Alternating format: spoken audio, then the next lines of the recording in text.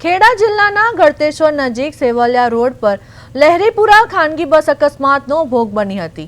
બસની brake fail થતા ચાલકે કાબુ ગુમાવ્યો અને બસ પલટી મારી ગઈ હતી।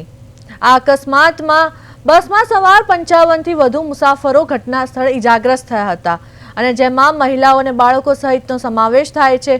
લોકોને ઇજાઓ પહોંચી છે અને ઘટનાની જાણ થતાં સેવલિયા પોલીસ તેમજ સ્થાનિક લોકો તરત જ રાહત અને બચાવ કામગીરીમાં જોડાયા હતા।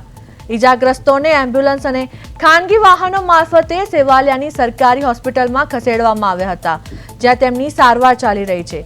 બસ સાણંદના ઈયામાંથી ગળતેશ્વર જઈ રહી હતી। અકસ્માતમાં 2 થી વધુ લોકોને ગંભીર ઇજાઓ પહોંચી હોવાનું જાણવા મળી રહ્યું છે અને પોલીસે આ મામલે વધુ તપાસ હાથ ધરી છે। ખેડામાં ખાનગી બસને નડ્યો અકસ્માત। સેવલિયા રોડ નજીક લહેરીપુરા નજીક અકસ્માત સર્જાયો। બસમાં સવાર 55 થી વધુ મુસાફરો ઇજાગ્રસ્તોમાં બાળકો અને મહિલાઓનો સમાવેશ। અકસ્માતમાં 2 લોકોને ગંભીર ઇજા પહોંચતા હાલત નાજુક।